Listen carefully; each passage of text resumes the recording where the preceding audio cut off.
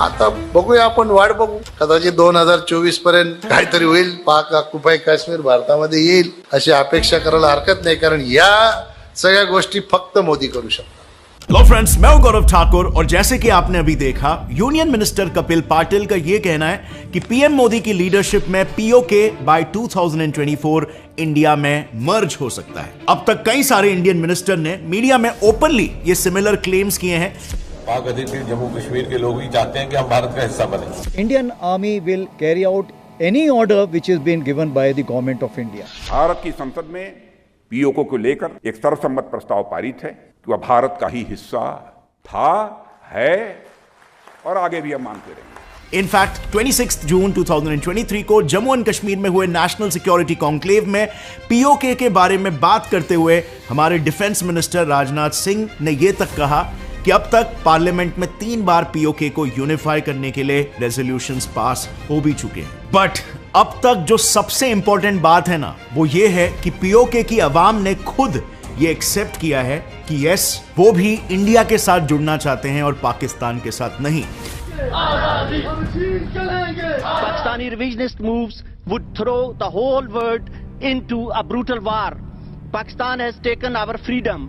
यह है PoK activist Mohammad Sajjad राजा, जो यूएन में यानी यूनाइटेड नेशंस में ओपनली पाकिस्तान के पीओके पर अत्याचार को बयां कर रहे हैं. Scores of young men from Gilgit-Baltistan are serving 70 to 90 years imprisonment for protesting against the plunder of our natural resources. और ये है another POK activist doctor Amjad Ayub Mirza, जो अगेन आए दिन अलग अलग ग्लोबल प्लेटफॉर्म से पाकिस्तानी गवर्नमेंट द्वारा पीओके में चल रहे ह्यूमन और नेचुरल रिसोर्सेज के एक्सप्लॉयटेशन को क्रिटिसाइज करते रहते हैं. इनफैक्ट इन्होंने भी ये क्लेम किया है कि यस, पीओके की जनता इंडिया के साथ मिलना चाहती है, और यही सेम अर्ज आप वहां पर पाकिस्तानी गवर्नमेंट के खिलाफ चल रहे प्रोटेस्ट में भी देख सकते हो. यानी कि friends, all in all PoK की जनता समझ चुकी है और पाकिस्तान से काइंड ऑफ परेशान हो चुकी है.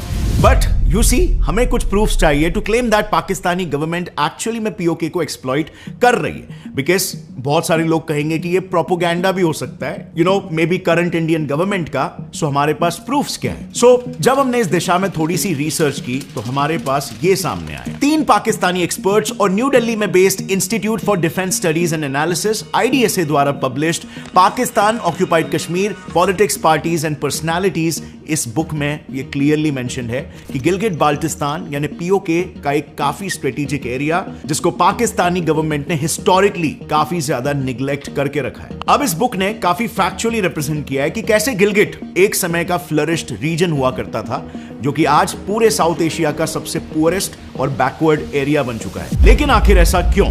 वेल, चलो इंडियन साइड ऑफ कश्मीर और पीओके के डेवलपमेंट्स को एक बार कंपेयर करके देखते हैं. देखो, ये है पीओके का मैप, जिसमें मेजर एरिया है ये गिलगिट बाल्टिस्तान, और ये छोटा सा एरिया है आजाद कश्मीर, जिसमें अकॉर्डिंग टू पाकिस्तान एक ऑटोनॉमस गवर्नमेंट रिसाइड करती है, जो पूरे पीओके के इंटरनल अफेयर्स को मेजरली हैंडल करती है. बट एक्चुअली में ये सिर्फ एक पपेट गवर्नमेंट है, क्योंकि मेजर पावर्स पाकिस्तान के पास है, जिसके बारे में हम आगे स्टडी करेंगे. लेकिन अब जरा इंडियन जम्मू एंड कश्मीर और पीओके को कंपेयर करके देखते हैं. So starting with the basics, दोनों कश्मीर में बेसिक फैसिलिटीज जैसे हॉस्पिटल और एजुकेशन में काफी डिफरेंस है. जेएनके में 2800 से ज्यादा गवर्नमेंट हॉस्पिटल्स है, वहीं पर पीओके में सिर्फ 23 है. जम्मू एंड कश्मीर में 35 यूनिवर्सिटीज है, वहीं पर पीओके में सिर्फ 6 है. सिमिलर डिस्पैरिटी आप एयरपोर्ट्स ले लो, मेडिकल कॉलेजेस ले लो, पर कैपिटा बजट एलोकेटेड ले लो, इंफ्रास्ट्रक्चर डेवलपमेंट एक्सपेंडिचर में ले लो, सब में आपको सिमिलर डिस्पैरिटी ही मिलेगा. यहां तक कि जम्मू एंड कश्मीर में एक फुल्ली फंक्शनल रेलवे नेटवर्क मौजूद है,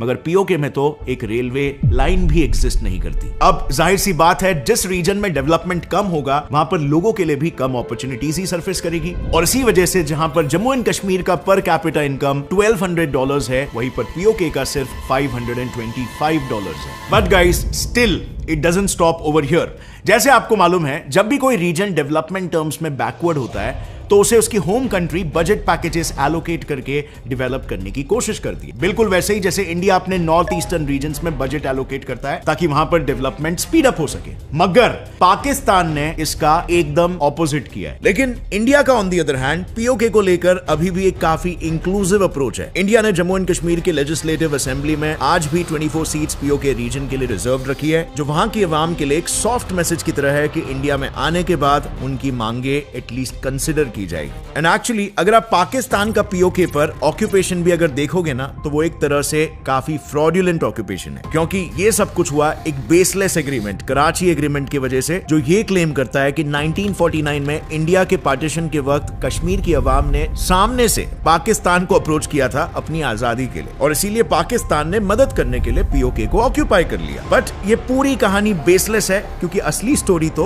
कुछ और है। दरअसल 1990s में पीओके में बेस्ड हाई कोर्ट में गिलगिट बाल्टिस्तान को लेकर एक केस चल रहा था। उस केस के वर्डिक्ट के दौरान लोगों को यह पता चला कि असल में पाकिस्तान ने कराची एग्रीमेंट साइन करके पीओके और उसके लोगों को चीट करके पीओके की लिटरली 90% लैंड पर अपना कब्जा जमा लिया। तो हुआ यूं कि 1947 में इंडो पाकिस्तान वॉर के दौरान हमारे तब के प्रधानमंत्री Jawaharlal Nehru ji instrument of accession लेकर यूएन की मदद मांगने गए। इस डॉक्यूमेंट से इंडिया को जम्मू एंड कश्मीर मिलना श्योर शॉट था, क्योंकि इसमें क्लियरली ये मेंशन था कि कश्मीर के राजा हरि सिंह ने कश्मीर की ऑटोनॉमी इंडिया को दी है। बट इसे काउंटर करने के लिए पाकिस्तान ने धोखे से एक फेक एग्रीमेंट बनाया, जिसके लिए रातों रात एक लोकल पॉलिटिशियन / लॉयर सरदार इब्राहिम खान को आजाद कश्मीर का प्रेसिडेंट बना दिया गया। इसी के साथ उस एग्रीमेंट में पाकिस्तान ने जम्मू कश्मीर मुस्लिम कॉन्फ्रेंस के चीफ चौधरी गुलाम अब्बास की भी साइन ली और ये पोर्ट्रे किया कि राजा हिंदू होने की वजह से इंडिया के साथ जुड़ना चाहता है। बट वहां की जनता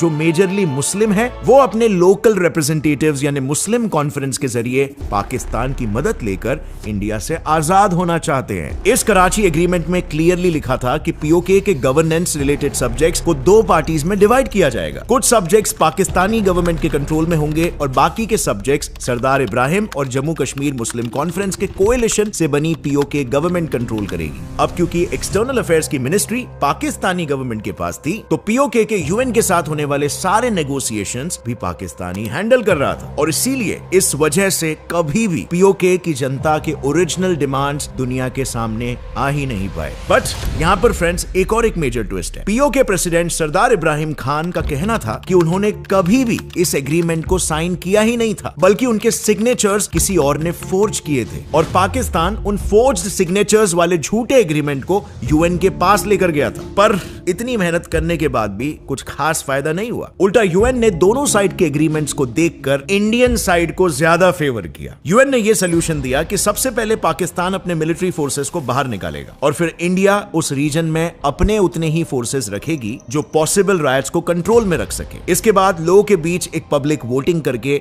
उनकी राय पूछी जाएगी। बट एज यूजुअल पाकिस्तान ने यहां पर भी चीटिंग की और कभी स्टेप 1 को इनिशिएट ही नहीं किया। उल्टा इंडिया के खिलाफ ये नैरेटिव बिठाया कि इंडिया पब्लिक वोटिंग चाहती ही नहीं है। Now what's interesting here is Pakistan ने पीओके के लैंड को कई चाइनीज कंपनीज को लीज पर दे दिया है, जो वहां के नेचुरल रिसोर्सेज को ओपनली एक्सप्लॉइट कर रही है। और इन्हीं सब रीजंस की वजह से ही तो पीओके के लोगों को पाकिस्तान से ज्यादा अब इंडिया पर भरोसा होने लग गया है, और वो अब इंडियन जम्मू एंड कश्मीर के साथ अपना मर्जर चाहते हैं। नाउ इस मर्जर को एग्जीक्यूट करने के लिए इंडिया के पास मेजरली 3 तरीके हैं। पहला क्लासिक वे है इन्वेड करके पीओके को अपने अंडर ले लेना, और फिर जैसे यूएन ने कहा था वहां पर एक पब्लिक वोटिंग रखकर उसके रिजल्ट के अनुसार डिसीजन लेना। काइंड ऑफ उसी तरह जिस तरह रशिया ने क्रीमिया रीजन में जबरदस्ती किया था। 2014 की ये बात है। क्रीमियन इन्वेजन में रशिया ने वहां पर अपनी फोर्सेस को भेजकर मिलिट्री कैंप्स, एयरपोर्ट्स और बाकी इंपॉर्टेंट जगहों को कैप्चर कर लिया था, जिसके बाद उन्होंने क्रीमिया में एक रेफरेंडम / वोटिंग रखा, जहां पर लोगों के पास एक ऑप्शन इंडिपेंडेंट होने का था और दूसरा ऑप्शन रशिया के साथ जुड़ने का था। अब Crimea being a Russian speaking majority area,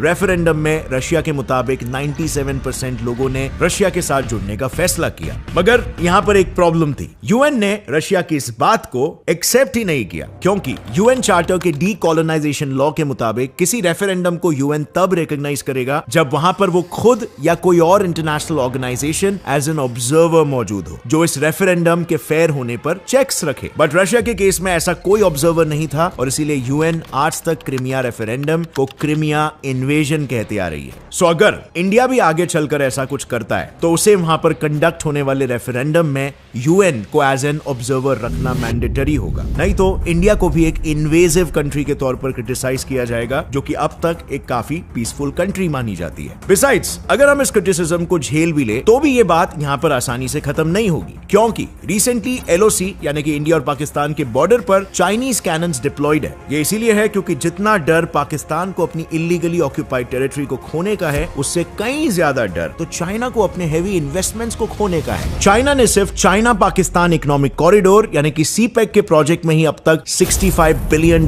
invest किए हैं, जो मेजरली POK से होकर ही गुजरता है। अब चाइना को अच्छे से पता है कि पाकिस्तान फिलहाल उस इकोनॉमिक कंडीशन में नहीं है जहां पर वो सारे इन्वेस्टमेंट्स को रीपे कर पाए, और तो और अगर इंडिया उन चाइनीज इन्वेस्टेड प्रोजेक्ट्स पर कब्जा कर लेती है तो उसके सारे पैसे वेस्ट होने वाले हैं। और इसीलिए अपनी टेरिटरी कोटिंग पाकिस्तान और अपने इन्वेस्टमेंट्स को बचाने के लिए चाइना अब पाकिस्तान के साथ मिलकर इंडिया के अगेंस्ट एक 2 फ्रंट वॉर लॉन्च कर सकता है, जिसमें इंडिया के लॉसेस होने के अच्छे खासे चांस है। और इसीलिए इंडिया के लिए फिलहाल ये एक वायबल ऑप्शन नहीं। अब दूसरा जरिया जिससे इंडिया POK को यूनिफाई कर सकता है वो है पाकिस्तान के साथ एक पीस एग्रीमेंट साइन करके। 1867 में रशिया और US में ट्रीटी ऑफ सेसेशन साइन हुआ था, जिसमें उस वक्त $7.2 मिलियन लेकर USA ने रशिया से अलास्का खरीदा था। अब पाकिस्तान के फिलहाल चल रहे इकोनॉमिक कंडीशंस को देखते हुए इंडिया पाकिस्तान को एक फाइनेंशियल ऑफर दे सकता है और ऑफिशियली बिना किसी वॉर के POK को अपने नाम पर कर सकता है। बट अगेन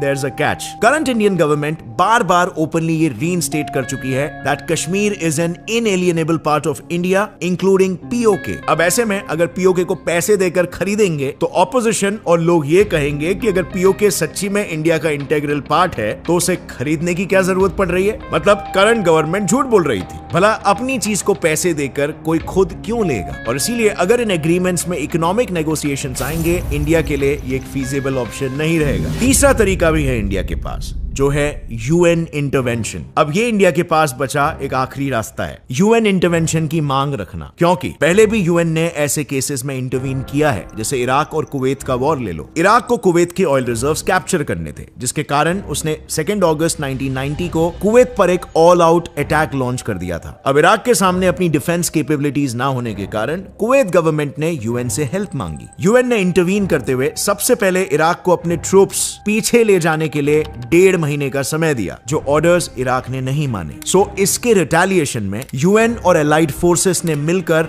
अपने फोर्सेस को ऑन ग्राउंड उतार दिया वहां पर इराकी फोर्सेस पर अटैक लॉन्च करने के लिए। इन हेवी अटैक्स को देखकर कई सारे इराकी ट्रूप्स ने सरेंडर कर दिया और 28 फरवरी 1991 में इराक ने वॉर में हारने के बाद सारी ऑक्यूपाइड टेरिटरी कुवैत को वापस दे दी। अब इस मेथड की खास बात देखो, इसमें कुवैत को खुद वॉर में उतरने की जरूरत नहीं पड़ी and at the same time उसकी टेरिटरी भी सेफगार्ड हो गई, यानी कि सांप भी मर गया और लाठी भी नहीं टूटी। तो अगर POK के कॉन्टेक्स्ट में इंडिया भी इस मुद्दे को G20 जैसे इंटरनेशनल स्टेज पर दिखाकर UN इंटरवेंशन की मांग करता है तो ये काफी हेल्पफुल होगा। UN से हेल्प मांगने से इंडिया को इस इशू में एक अपर हैंड भी मिलेगा और UN इसे डिप्लोमेटिकली रिजॉल्व भी कर पाएगा। इनफैक्ट इंटरनेशनल स्टेज पर जाने के बाद बाकी कंट्रीज भी इंडिया का सपोर्ट कर सकती है because of India's good reputation. सभी को पता है इंडिया की क्रेडिबिलिटी आज पूरे दुनिया में किस लेवल पर पहुंच चुकी है और वहीं पर पाकिस्तान की कितनी गिरती जा रही है। और इसीलिए मुझे ऐसा पर्सनली लगता है कि इंडिया को अब एक व्हाइट पेपर रिलीज करना चाहिए, यानी कि एक ऐसा ऑफिशियल डॉक्यूमेंट जो POK की ग्राउंड रिपोर्ट और प्रॉब्लम्स बताए, जिसमें स्ट्रेट फॉरवर्ड मेंशन्ड हो कि पाकिस्तान ने इंडियन टेरिटरी को इलीगली ऑक्यूपाई कर रखा है और इससे